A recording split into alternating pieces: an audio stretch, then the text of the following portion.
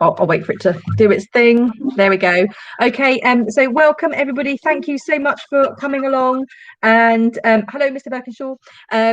So Manon is here today to talk to us about women and power. And yeah, so I'm just going to pass over to Manon. Thank you so much.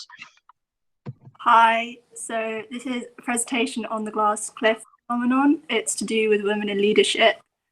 So I found a post online that referenced this, and I didn't know much about it because it's kind of a sociology experiment that people found out.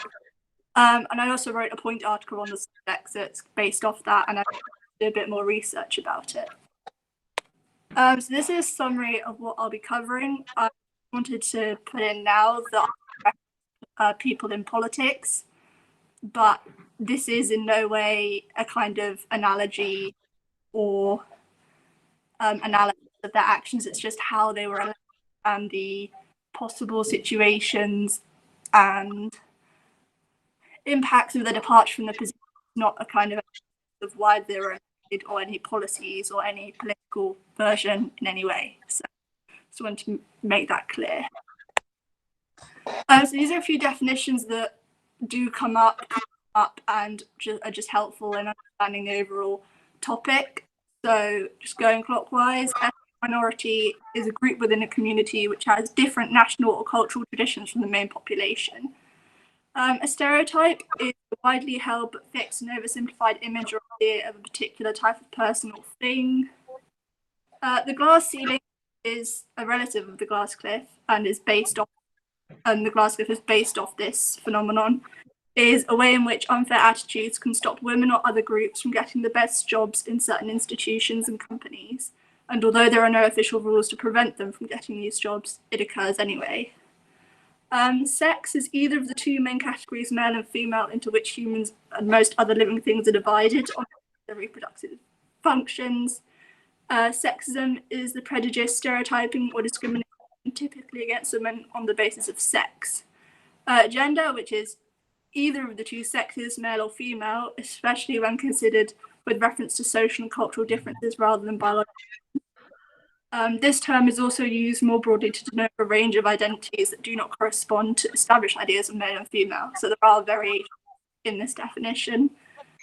The gender pay gap is the difference between the amounts of money paid to women and men, often for doing the same work. And although this doesn't explicitly come up in this presentation, it's a factor that people should be aware of. The Equality Act of 2010 was an act of Parliament passed during the Brown administration with the primary purpose of consolidating, updating, and supplementing numerous and prior acts and regulations that form the basis of anti-discrimination law in Britain. So it kind of accumulates all the acts like Civil Rights Act and Protection Against Women Acts all just into one and kind of make sure that there are laws passed that stop any action that could be taken. Discrimination is the unjust or prejudicial treatment of different people, especially on the grounds of race, age, sex, or disability. And I actually put women here, which obviously most people would be perfectly happy defining by themselves, but it can be interpreted in a few different ways, especially nowadays that people are more aware of the trans community. And so it can be interpreted as someone with XX chromosome or just someone who identifies as a woman, which is what I will be going to them. So the glass cliff is a phenomenon whereby women who reach ranks of power are put into precarious positions. And what this means is that because they're in these positions, their chance of failure is increased. And so they're essentially set up to fail. As I said, it's a relative glass ceiling metaphor, and it's more likely to occur to women and minorities, as they're more likely to be elevated to positions of power when challenges or crises occur. Because success is harder to navigate circumstances. So it's damaging because when a woman fails or falls off the cliff, in a sense, it's often a minority in these environments. This goes for people of colour. And this failure is seen as being a representative of the female gender as a whole. And so what this means is that stereotypes which lead to discrimination then emerge, which harm the opportunities of other women because it generalizes and it means that one act is seen as being how everyone, which is damaging. So these generalizations have, of course, accounted for many hurdles women have had to overcome. So how the term came about. So firstly, first term, or the first point is how the term came about and when it was coined. And then the second 2 points are where research was continued and other aspects added, and research theory. So Michelle Ryan from Exeter University in 2005 found a Times article from 2003 which stated that women had a negative impact on company performance. And so obviously at first it seems quite sexist because it's implying, it's a newspaper that lots of people read, that they are having a negative impact in a company. And so to investigate this, they looked at what happened before and after men were appointed to lead the FTSE 100 companies on the London Stock Exchange. And what they found was that in periods of overall stock market decline, firms which brought women onto their boards were more likely to have experienced bad performance in the subsequent 5 months than men.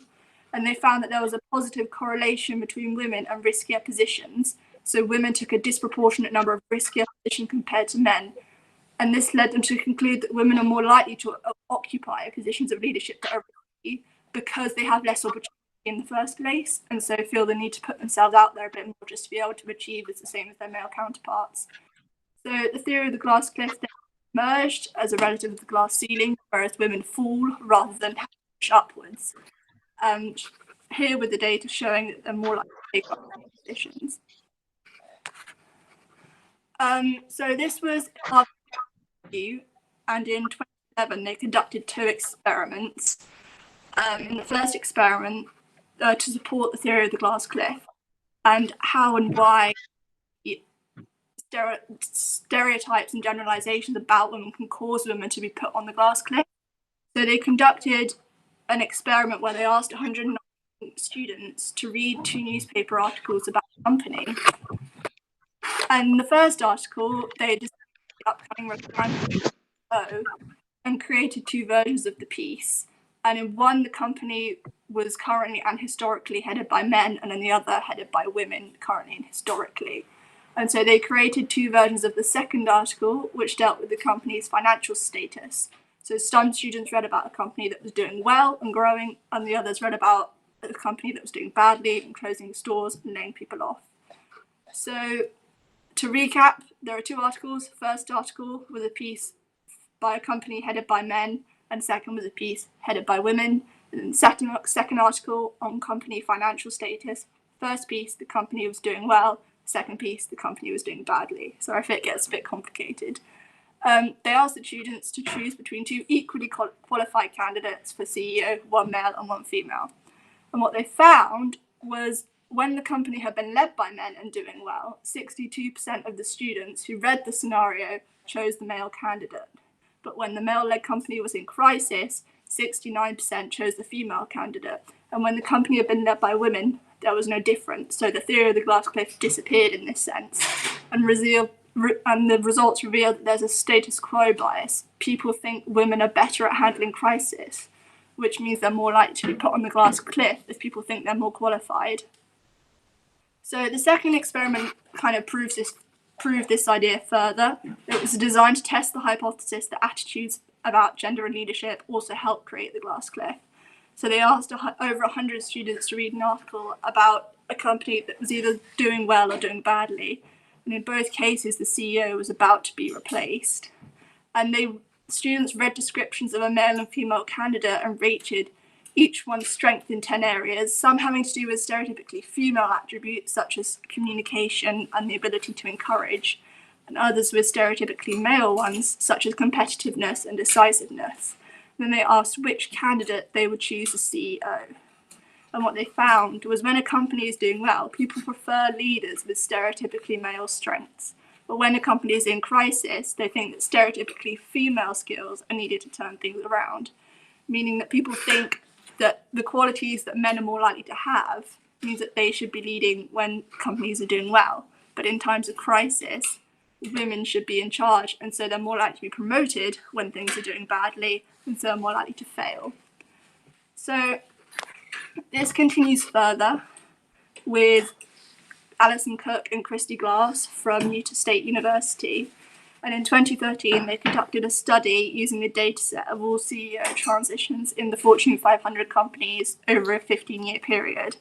And in summary, what they found was that women, along with all people of colour, are more likely than white men to be promoted to CEO of a firm performing badly. So most studies of promotion do not include a post-promotion tenure trajectory.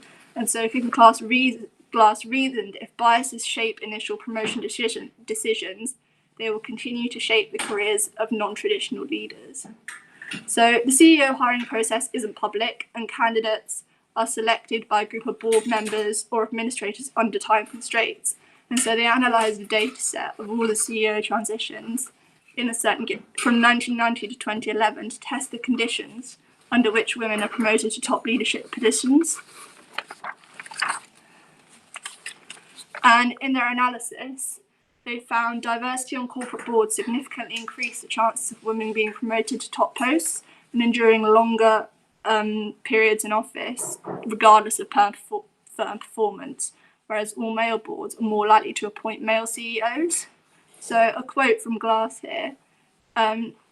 So our finding that diverse boards can really play an important role in limiting some of these disadvantages for leaders, that's a real positive because it's a powerful relationship if companies can focus on it.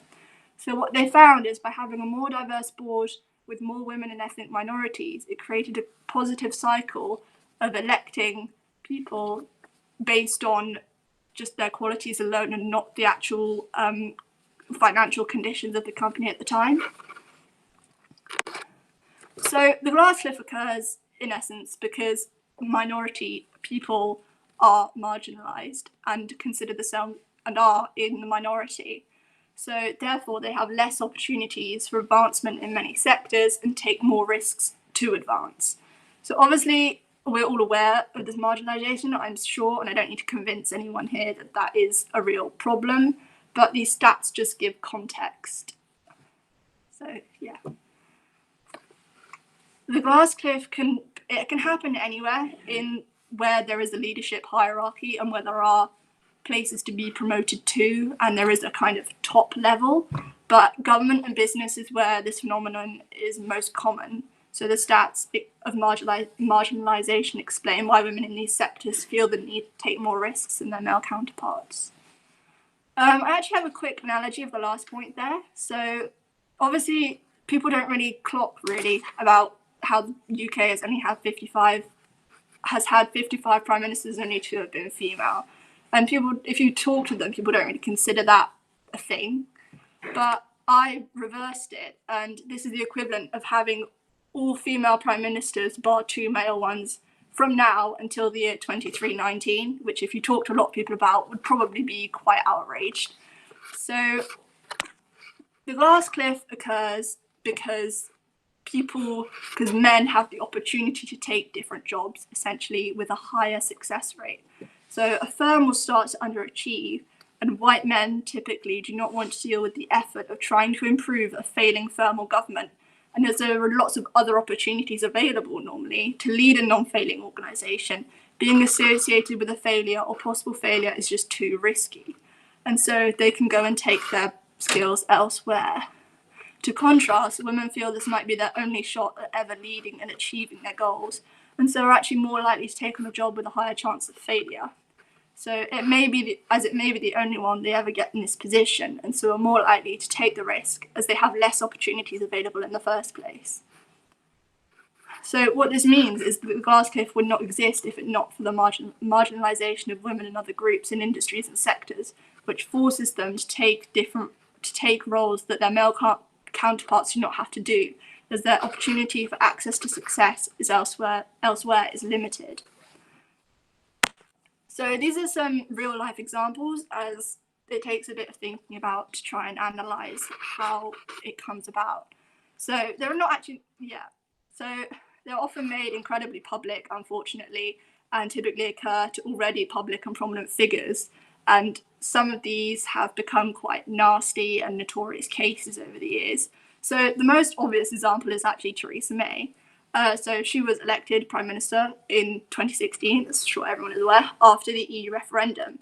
And the political climate at the time really did not help, because the majority of the government stance on the issue was different and did not reflect the results of the referendum, and she was tasked with negotiating the exit. And obviously this was made more difficult by the fact that the manner of the exit was also a highly polarised debate as well, in terms of hard or soft Brexit. So it's really not difficult to see how the chance for success was so high and why she failed.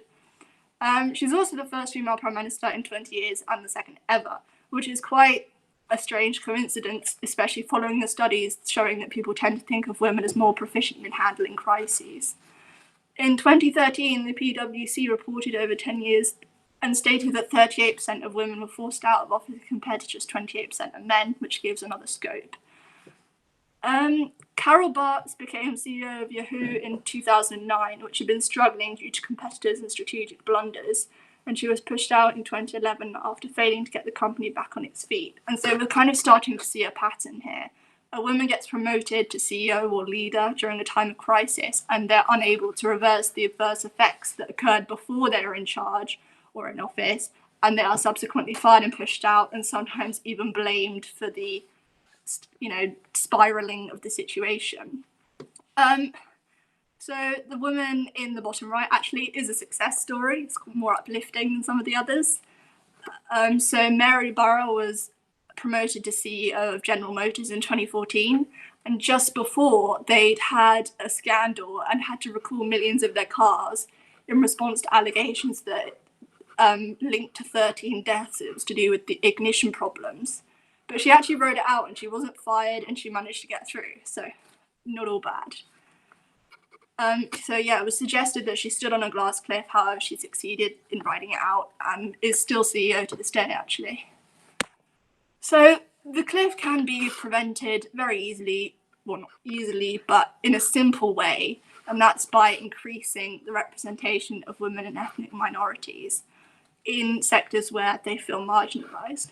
So as they do not have the opportunities to advance in their fields as easy as men, they don't feel the need to take on a riskier position as they have more options available. This is men. And so they do not end up on the glass cliff, as the chance of a failure is the same as a man's if they have the same opportunities. So I put more opportunities. So I didn't put the same because technically in the UK at the moment there isn't any legal or legislative barrier for women to take on the same jobs as men. Like, you can, on paper, take any, there is no discrimination there. But there are, in terms of the glass ceiling, societal barriers and cultural barriers for some. So they would have to be different opportunities rather than putting it as a benchmark, which it is already. So yeah. So in this context, it could mean stuff like workshops. So even at school, they do it already. They have STEM workshops just for girls and stuff like that, and coding for girls. And it's all to stop the kind of general marginalisation, so they don't feel need to push themselves so much into a risky position. So the effects of the prevention of the glass cliff are obviously great and huge. As well as being more democratic in terms of representation, because women make up 50% of the population or more. It also actually has a few other positive implications that people might not think of, and especially in terms of when I said earlier about more feminine stereotypically characteristics can be applied to places like politics and business where they were before, and they've actually had really good results. So women in politics are actually more likely to cross party lines to find common ground, and this helps eliminate the hyper-partisanship of governments and allows legislation to be passed more efficiently. This is especially the case in America at the moment. So a study by Jonathan Marks and Stephen Kekes found that US female senators who cross party lines more frequently and pass more legislation than their male counterparts. And in Northern Ireland, Catholic and Protestant women's group joined forces, and they established a political party that made progress across religious divides during the peace efforts in the 1990s. So education, health and gender equality are also more likely to be given consideration when the representation of women increases in parliaments and governments across the world. So female lawmakers are more likely to support motions to improve education and health, and parliaments with more female members are more likely to pass laws to advance gender equality and to reduce and outlaw domestic violence, rape and sexual harassment. So this can be seen with Russian female lawmakers who actually all crossed party lines to increase penalties for violence against women. And a higher number of female legislators correlates to an increased investment in health and education. So this is true for countries in the Organisation for Economic Cooperation and Development, the OECD, but in India, which is non-OECD, women-led village councils are actually more likely to support investment in clean drinking water, which doesn't seem like a lot, but actually can make a big difference to lots of their lives there. The risk of crimes against humanity committed by a state and violent response to an international crisis is lowered when there are more female parliamentarians. And again, when there are more female parliamentarians, when representation increases by just 5%, a country is almost always 5 times less likely to respond to an international crisis with violence. So it's more of a kind of talk first, shoot later approach.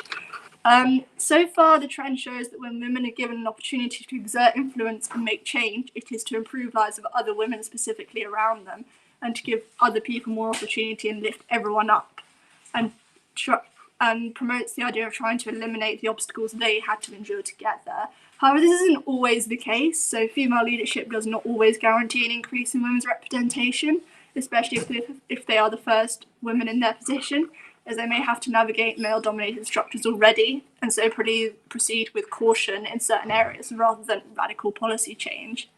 So they can also adopt the "if I can get there, so can you" mentality. So Margaret Thatcher was actually quite known for this, and she didn't implement anything that really promoted other women being able to be able to get to her position more easily, because she thought if she could get there, so could other women, and kind of didn't really recognise the different experiences of different women across the UK. So finally, it's also about looking forward. So women's representation has increased and is better than it was. That being said, I mean, the only way to go was really up anyway, especially if you look at the last few centuries. A common argument against the progression of women's representation is that women's rights at the moment aren't getting worse. And although that is true in some areas, it's actually it still doesn't really justify not moving forward. And it's not always the case. As you can see in the US, there's stuff like the Alabama abortion bill and other restrictions in other countries have started to pop up. So the pandemic also, I wanted to touch on, has also thrown a spanner in the works, so to speak. So working from home has caused domestic abuse to skyrocket. And also in places like South Africa, the amount of time that's been taken away from girls specifically education and work means that it's actually less likely for them to go back to work and back to education. And it's really impacting their chances of going forward and receiving further education. So researchers from the University of Sussex had warned of a regression to a 1950s way of living for women, with 70% of mothers reported being completely or mostly responsible for homeschooling. And so obviously this impacts on the work or education that they might also be trying to complete at the same time. And 67% of working women feel like the default parent most of the time. Obviously this may be different in most households, but still. The Institute for Physical Studies found on average that fathers got twice as many uninterrupted working hours as mothers when working from home. And this obviously impacts professional lives of women disproportionately and reduces their opportunities for advancement, which will contribute towards a glass cliff. And you could even predict that after the pandemic, women who feel they haven't advanced as much as maybe their male counterparts because of other, not priorities, other, what did I want to say? From other possible situations that they might be in and responsibilities that they might have with children, they might feel that they are the sole parent, so to speak, and so they've reduced their own opportunities for advancement coming out of the pandemic. And so after, hopefully when this is all over, they feel like they might have to take more risk to then complete that jump back to where they were and get back to the top, so to speak, and we'll take more risks in doing so.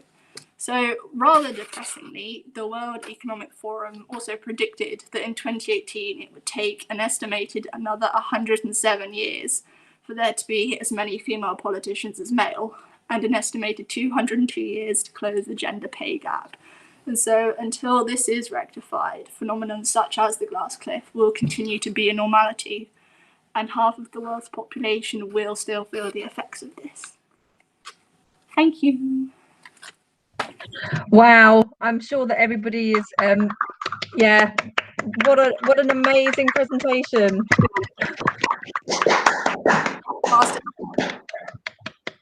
Really, that was phenomenal. I've just got so many questions. I'm so conscious of the time. Should we have a few questions? Does anybody want to make a comment, or put the hand up and just, I don't know, make a comment or ask a question, a short question if possible? Any thoughts? I was just going to say that I thought it was incredibly well researched, Manon, and entirely thought-provoking, and offered proper evidence for what I've anecdotally thought for a very long time. So thank you. Yeah. Yes, I'd like to support Miss Burns with her summary. I think there were some real high points in that presentation where I was thinking, yes, the women are going to do it. And then when you said at the end, it's going to be like another 107 years to have equal representation, politically speaking, I was like, oh no. Yeah, that was a bit depressing. However, the fact that you are talking about it today, and predominantly girls here, hopefully they will have listened to this and they will fight the cause, and make sure that if they're getting to positions of power, they will encourage other women to do it as well. I don't know, Amy, is that Amy or Mr. Birkinshaw? Sorry, Mr. Birkinshaw, did you want to say something? No, all just say it was just amazing. That was just absolutely mind-blowingly brilliant. That was just fantastic. Well done. Just absolutely superb. There's a lot of that's well, I will have to leave it there because I know that people will have to dash off to lessons. But Manon, thank you so much. What a remarkable presentation. Yes, super work. So thank you so much, and we will see you all next week. Bravo, Manon.